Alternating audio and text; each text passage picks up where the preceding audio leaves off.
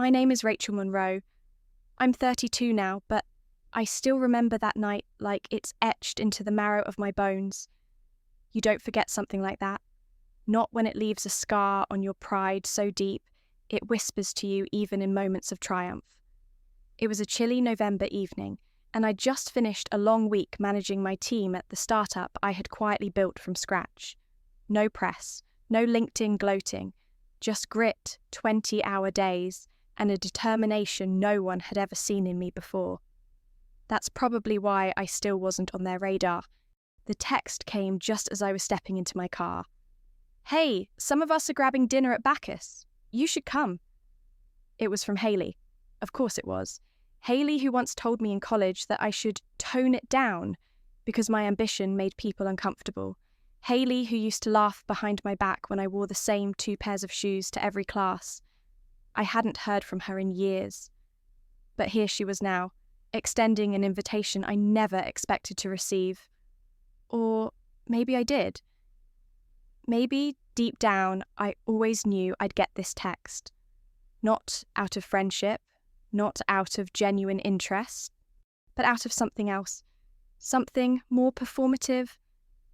I hesitated. For a full minute, I stared at the message, wondering if I was being set up. Then, I smiled. The kind of smile that doesn't reach your eyes. The kind of smile that tastes like irony. I texted back, "Sure, be there soon." That dinner would become one of the most telling experiences of my adult life. Not because of what they said to my face, but because of what they assumed behind my back. And how it all unravelled the second the check hit the table. They said I was only invited out of pity.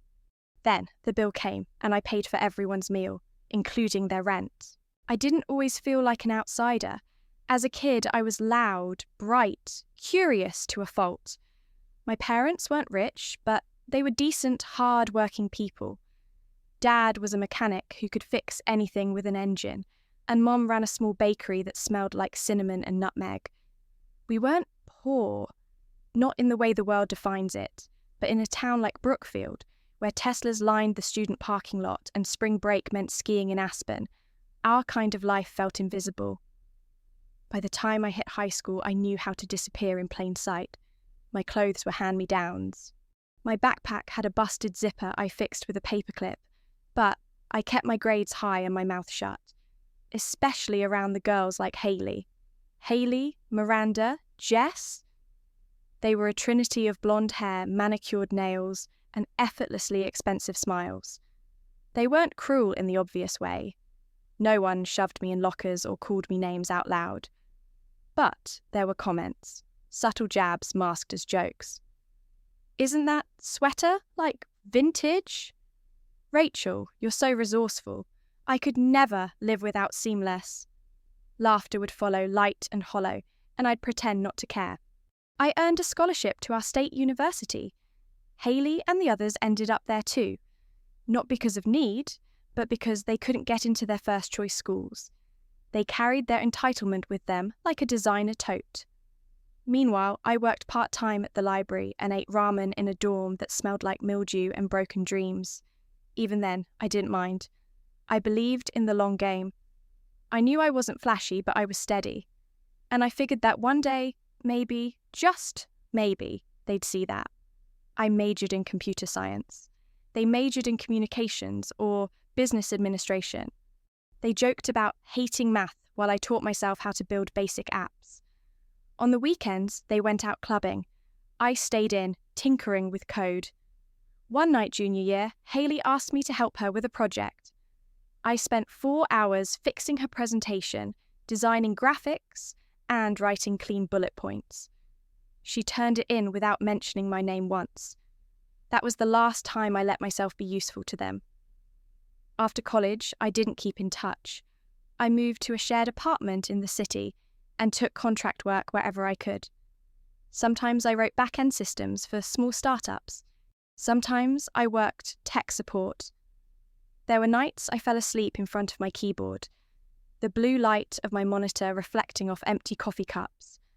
I didn't go to happy hours. I didn't network at brunches. I just worked.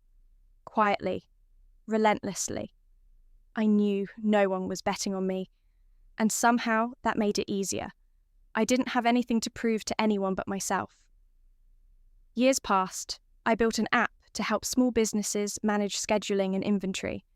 It started slow, 10 users, then 50. Eventually, one of my clients introduced me to an angel investor, then a VC firm. Then everything snowballed.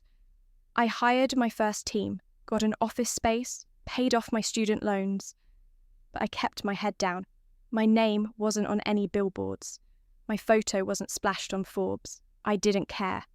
Success for me was quiet. It was stability, freedom, the ability to walk into a room and not owe anyone a damn thing. So when Hayley texted me, it felt like a glitch in the matrix. Like the universe was checking if I remembered where I came from and who they still thought I was. I almost didn't go. That text from Hayley gnawed at me for hours. I stared at it between meetings, reread it in the elevator, and turned it over like a pebble in my shoe. It didn't sit right. Nothing about it did. But curiosity is a funny thing. It masquerades as indifference, even when it's burning a hole in your gut. When I finally arrived at the restaurant, Bacchus was exactly as I remembered it. Dim lighting, dark leather booths, the clink of silverware against porcelain. The kind of place that made you feel underdressed no matter what you wore. I smoothed my blazer, checked my reflection in the glass, and walked in. They were already seated. 6 of them. Hayley, of course, in her predictable, neutral-toned outfit that probably cost more than my rent used to be. Jess, still wearing her hair in that same blowout she clung to since college. Miranda, scrolling on her phone with a resting face that screamed judgment. And 3 others. Some new husbands, or boyfriends maybe. I didn't bother placing them. Hayley spotted me first. She stood up, arms out like we were long-lost friends reunited by fate. "Rachel, oh my God, you actually came!" Actually? That one word. Like she'd half expected I wouldn't. Or shouldn't. I smiled tightly and let her do that awkward hug thing where only her arms moved. I slid into the booth next to a guy I didn't know and instantly felt the chill. Not in temperature, just that silent judgment that settles over a group when the dynamic shifts. Like I'd disrupted something they didn't realize they had rehearsed. They talked about vacations, real estate, new skincare regimens.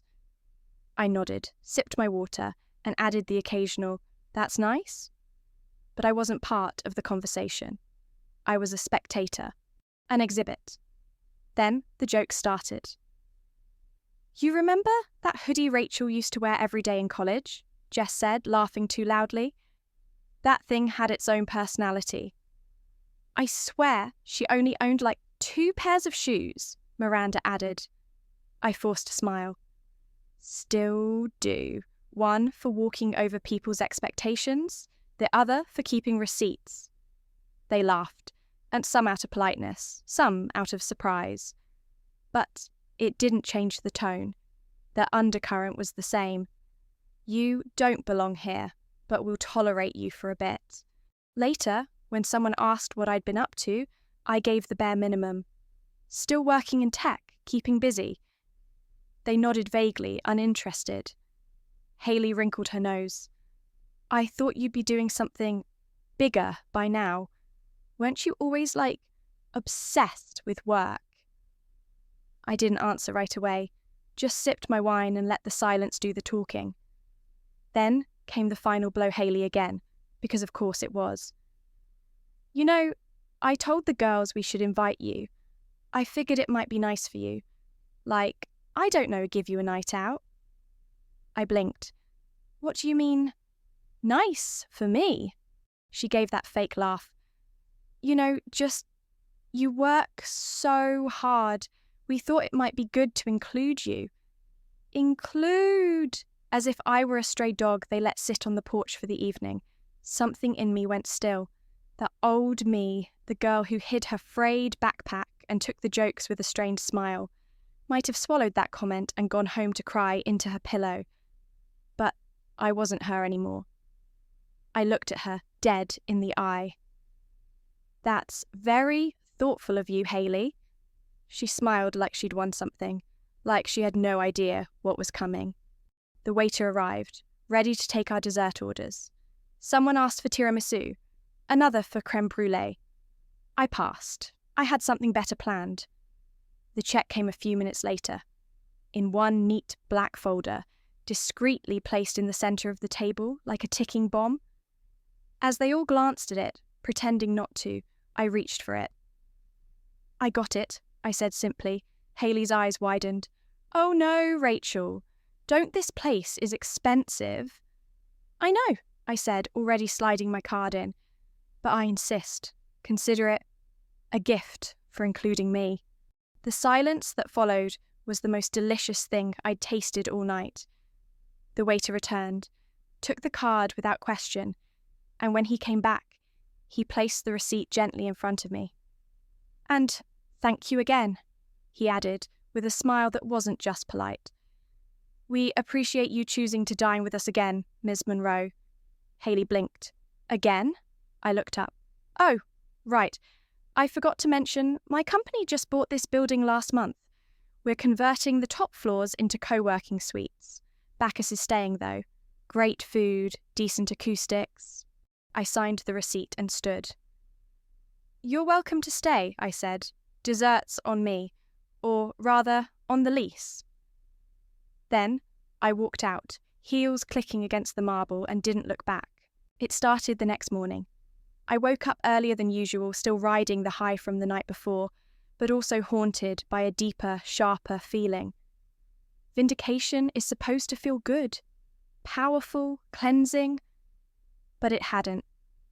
I sat at my kitchen island, coffee cooling beside me, staring at the ceiling like it held answers.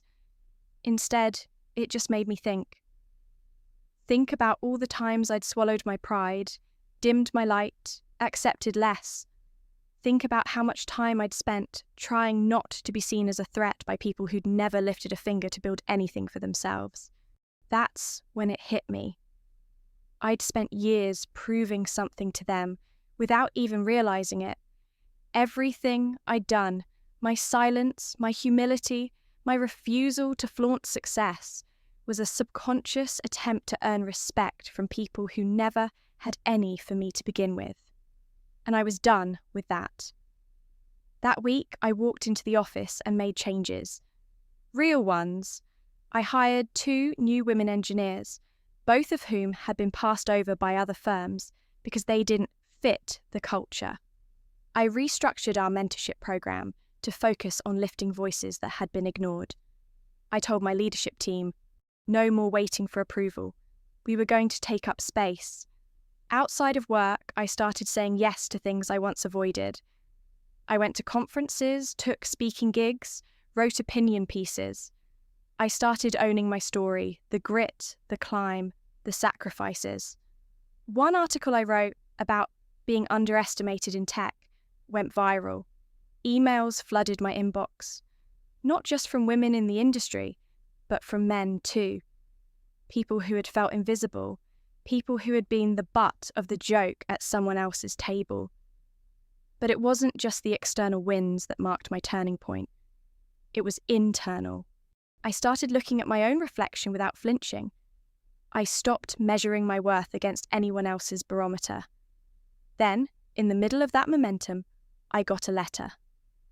It was from Brookfield High School. My old principal wanted to know if I'd be willing to speak at the upcoming alumni event. "We're looking to spotlight some of our most successful graduates," he wrote. "You've become quite the inspiration." I stared at the letter for a long time. Brookfield, the place where I'd been invisible, where I'd sat at lunch tables alone, where the only awards I'd ever received were based on GPA, never popularity. And now they wanted me back not as a statistic, but as a headliner. I said yes. That night, standing on the stage of my old high school auditorium, looking out at students who reminded me of my younger self, I told them the truth. I told them that success isn't always loud and neither is pain. I told them that It's okay to walk alone sometimes, especially if you're walking towards something bigger. I told them about rejection, about shame, about walking into rooms where people laugh and still holding your head up. When I finished, the auditorium erupted in applause. Afterward, I stepped into the hallway and ran into an old classmate, Jake. He used to ignore me in the halls. Now, he was a science teacher there. "You were incredible up there," he said. "We never really talked back then, but I wish we had." I smiled. I wasn't easy to see back then, but I've stopped waiting for people to look. That conversation stuck with me, not because of the compliment, but because I meant what I said. The turning point in my life wasn't some dramatic cinematic explosion. It was quieter. It was the moment I realized I didn't need their permission anymore. That I never did. That I could be powerful and visible and unapologetic and still be me. Success, when it finally arrived in full, didn't come with fanfare. It came like a slow, burning sunrise, gradual, steady, undeniable. After that high school speech, doors began to open. But I wasn't knocking anymore. I was kicking them down. That viral article turned into a series of keynote requests. Suddenly, I was being asked to consult on panels about women in tech, startup equity, leadership dynamics. A few years ago, I would have hesitated, second-guessed my qualifications. Now, I said yes without blinking. I had the scars to prove my place. The startup I'd built quietly grew beyond what I had originally envisioned. What began as a scheduling and inventory app evolved into a robust business management platform with real-time analytics, payroll tools, and vendor optimization. We partnered with regional banks to streamline small business lending. We launched a mentorship network for women entrepreneurs. Revenue doubled, then tripled. At 29, I was featured in a Forbes List Not 30 Under 30 because I'd missed the cutoff. But 30 overachievers under 35. I laughed when I saw it, not because it wasn't meaningful, but because that label couldn't possibly capture what it had taken to get there. At 30, I bought my first property. Not a Homer commercial building downtown. It was symbolic. That same building had once housed the law firm, where I worked tech support as a temp.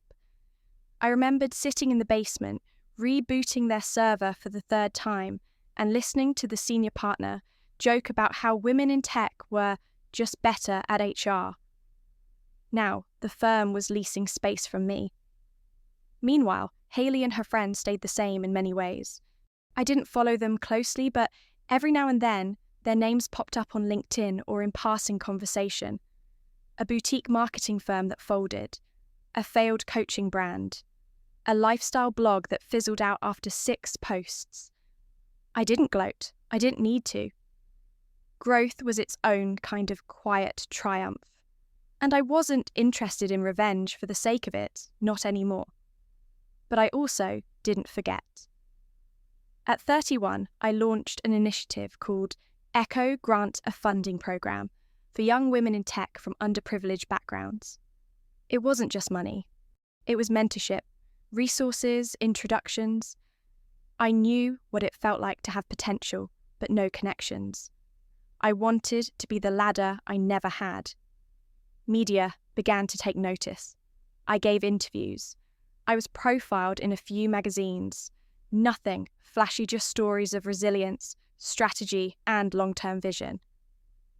People respected me now, not because I was loud, but because I was consistent. One of my proudest moments came quietly. I was sitting in my office answering emails when my assistant buzzed in. "There's someone here asking for you. Says her name is Riley. Riley Thompson?" I froze for a moment. Riley Thompson, the younger sister of Miranda. She used to tag along to our high school events, always shy, always scribbling in a notebook. I remembered her. "Send her in," I said. Riley walked in, visibly nervous, holding a folder against her chest. "Hi, I hope it's okay I just came by. I've been following your work with Echo and I was wondering if I could apply. I'm starting something in AI and I don't know anyone in the space. I looked at her, not as Miranda's little sister, not as a symbol, but as a young woman trying to break through the noise. I smiled. A drop in foot traffic post-pandemic. The owner wanted out. I didn't hesitate. My company acquired the entire building, renovated the top floors, signed a 5-year lease for co-working spaces to multiple startups. But I kept Bacchus right where it was, on the ground floor. Same wine list, same decor, same energy, only now I owned it. And when I walked in for dinner after the paperwork was finalised, the staff greeted me like royalty. "Welcome back, Ms. Monroe."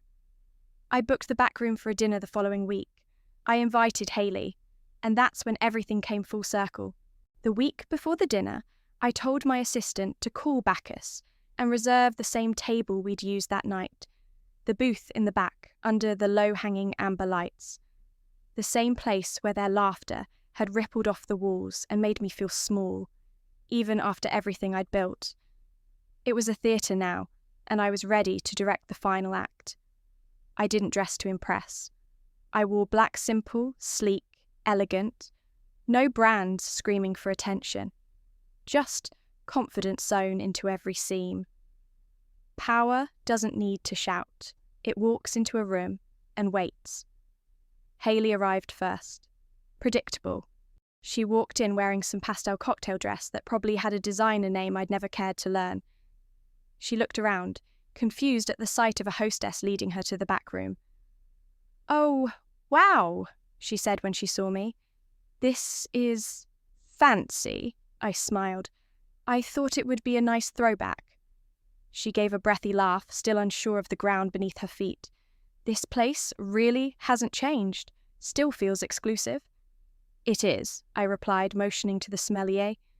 "But it's also mine now." Her eyes flicked to mine, searching for irony, sarcasm. When she found none, her smile faltered. "You own Bacchus?"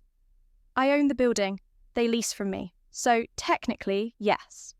She blinked, processing, then forced another smile. "Wow, Rachel, that's impressive." I nodded. "Thank you." We made small talk as the rest of the group trickled in. Jess, Miranda, and 2 others I vaguely remembered from college. They all came in carrying the same air they always had, entitlement wrapped in false charm. But it didn't land the same way anymore. Not in that room, not at my table. The waiter brought the wine. I had already chosen it. An aged Cabernet I knew would pair perfectly with the irony of the evening. Hayley raised her glass. "To catching up, finally." "To full circles," I added. The dinner played out like a scripted drama. Old stories rehashed, their selective memories serving a version of our past that favoured them. They asked vague questions about what I'd been doing more to check a box than genuine curiosity. I answered honestly, but without embellishment. The details weren't the point. The presence was. When dessert was offered, I declined. I had something sweeter coming. The check arrived in a leather folder. The waiter, well-trained and professional, placed it in the centre of the table and stepped back. They all froze. Old habits die hard. They reached into their bags, fumbled with clutches and wallets, pretending to figure out the math. Hayley looked at me, a flicker of discomfort in her eyes.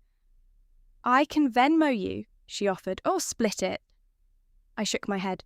"No need. I've got it." They paused. Jess frowned. "Are you sure? It's a lot." "I'm sure," I said. "Besides, I've already covered the lease for next quarter. What's a few creme brulees on top?" Miranda coughed. Hayley blinked. The silence thickened. Then the waiter returned with the receipt. "Thank you, Miss Monroe. Always a pleasure." I signed the slip slowly, deliberately, then looked up. I used to leave this place feeling smaller than when I walked in. Tonight, I leave knowing that every square inch of this floor answers to me. That matters more than any applause ever could. No one responded. The theatre was quiet. My monologue had landed. They stood awkwardly, muttering polite goodbyes. Hayley lingered. I didn't mean for you to feel like we pitied you. That wasn't... It was, I interrupted gently. And that's okay.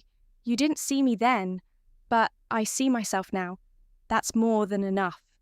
She swallowed hard. We all thought you'd burn out, you know. I did, and then I rebuilt with better fuel. She gave a small nod. Well, congrats. You won. I didn't reply. I just smiled, gathered my coat and walked out.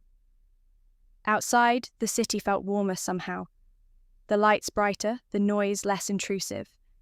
Because for the first time in a long time, I wasn't chasing anything. I had arrived. It's strange, the silence that follows a long-awaited triumph. In the weeks after the Bacchus dinner, people around me returned to their routines. The office buzzed as usual, meetings were held, deadlines chased. Life didn't suddenly shift because I had stood up for myself in a room I once shrank inside.